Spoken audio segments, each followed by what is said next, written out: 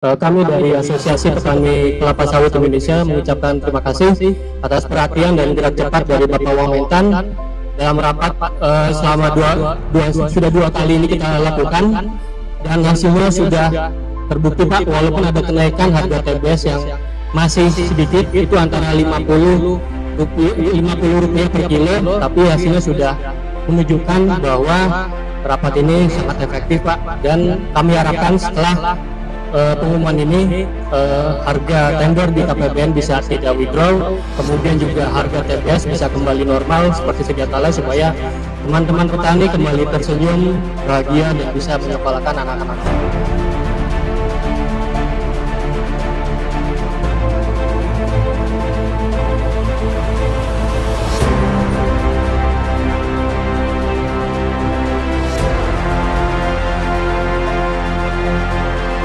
Kami mengundang lebih banyak stakeholder dari industri sawit kita, dan juga BUMN pangan kita di sektor perkebunan, baik itu BTPN, Agrinas Palma, dan anak perusahaannya. Dan juga kami mengundang GAPKI, Gabungan Pengusaha GAPKI, kemudian Asosiasi Petani, yang 2 hari yang lalu juga sudah hadir. Kami tambahkan yang belum hadir adalah perusahaan-perusahaan eksportir dan juga perusahaan-perusahaan refinery, ya, yang hadir juga pada rapat pagi hari ini. Beberapa kesimpulan saya akan sampaikan.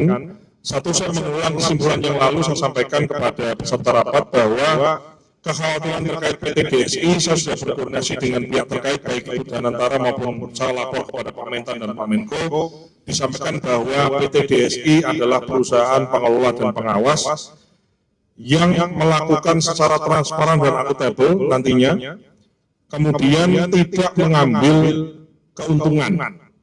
Yang kedua, pelaku usaha khususnya di hilir, yaitu refinery dan eksportir, untuk tetap melaksanakan atau melakukan transaksi perdagangan seperti biasa melalui acuan harga KPBN dan menghindari terjadinya WD atau withdraw terhadap harga yang terbentuk secara wajar.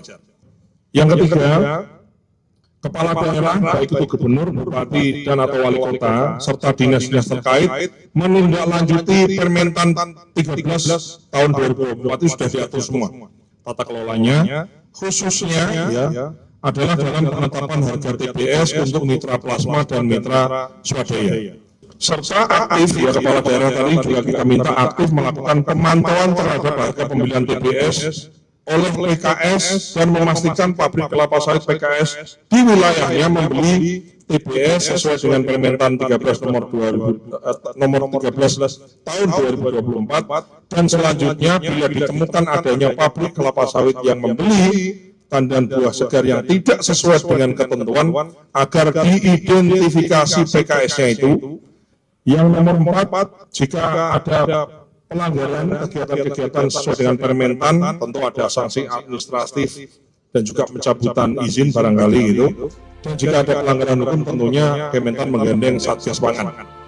Dan kemudian setelah disampaikan informasi ini sama juga kesimpulan dari yang lalu, pelaku industri hilir khususnya refinery dan eksportir melakukan kegiatan sebagaimana normalnya sampai dengan tahapan transisi itu kemudian ditetapkan.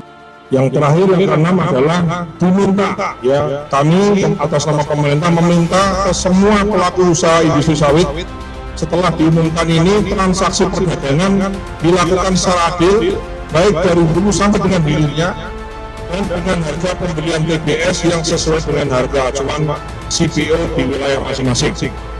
Dan kesimpulan ini juga ditandatangani oleh berbagai pihak yang hadir, baik pihak asosiasi, kemudian perusahaan eksportir maupun perusahaan refinery, dan juga dari kami pengampu kebijakannya dari Kementerian Pertanian, yaitu Direktorat Jenderal Perkebunan Kementerian Pertanian.